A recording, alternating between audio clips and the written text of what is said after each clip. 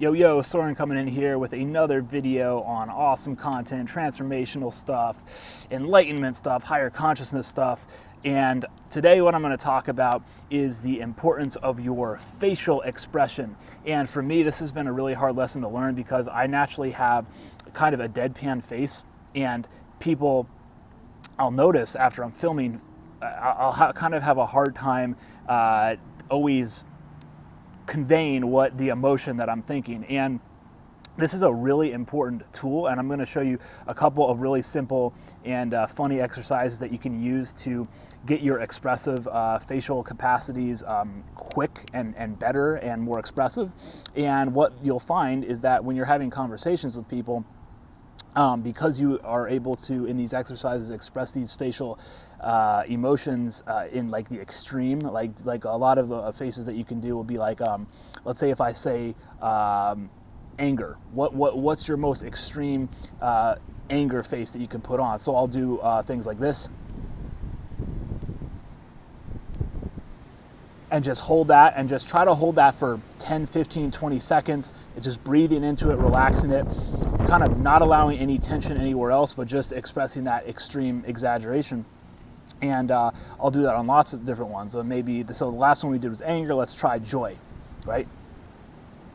Again, as extreme as possible, and hold it for 15 to 20 seconds. And breathe normally. Don't tense anything else in your body. Joy.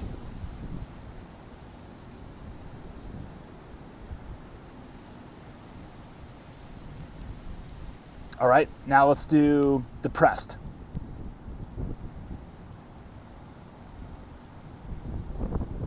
Right? So you can just go through a list and pick out maybe 20 or 30 different expressions, right? Joyful, depressed, angry, happy, sad, anxious, nervous, pessimistic, enlightened, doubtful, right? Just come up with a list, and then just go through those and do them every day for maybe 10 or 15 minutes. And it's kind of termed facial brushing, and the idea behind that is similar to how you brush your teeth every day.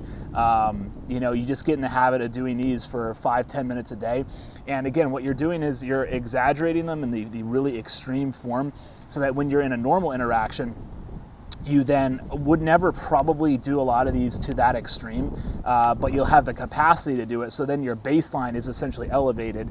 And most people, again, have this expression on their face, and the acronym is SAD, S-A-D, and it stands for sad, anxious, deadpan. And that's the way that most people's faces are. And it's really funny because your face is the only part on your body that can completely communicate an emotion by itself. And once you learn the power of the facial expression, you'll be able to hold people's attention much better. You'll be able to actually convey what you're thinking. And this is a great exercise too, because you always have to remember that when you come up to someone in an interaction, even if that person knows you, but especially if you're just meeting for the first time, they have no idea who you are. They have no idea what you're thinking. They have no idea why you're approaching them. So of course, the actual words that you're saying are important, but as we know, a lot of your communication is non-vocal, and your face is that primary point at which you can convey a ton of emotion, ton of value, and overall just almost communicate with the face by itself. So give those a shot. What you can do is get some flashcards as well and write down a bunch of names, or you can just think of it in your head, come up with that emotion. And another tip that I'll have is you can do a scale of 1 to 10. So let's say you come up with angry as the emotion, do angry on a 10, then go to like a 5, right? So being kind of like a mid-expressive anger, and then go to like maybe a 2, and then jump up the scale.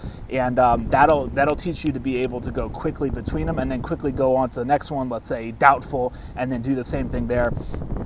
And you'll find that it's going to really help in a lot of your social interactions, things that you didn't really notice before, and you'll just become overall a much better communicator, and it'll do a lot for your relationships, your engagement with people.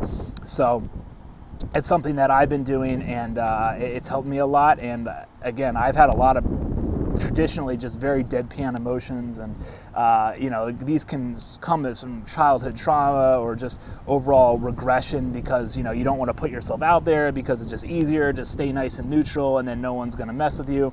But of course, as we know, you stay neutral like that, then ultimately you are just an overall boring person. So give these a shot. Let me know how you like it. I'll be coming back with a lot more content all week long, and I will talk to you guys very, very soon. Take care.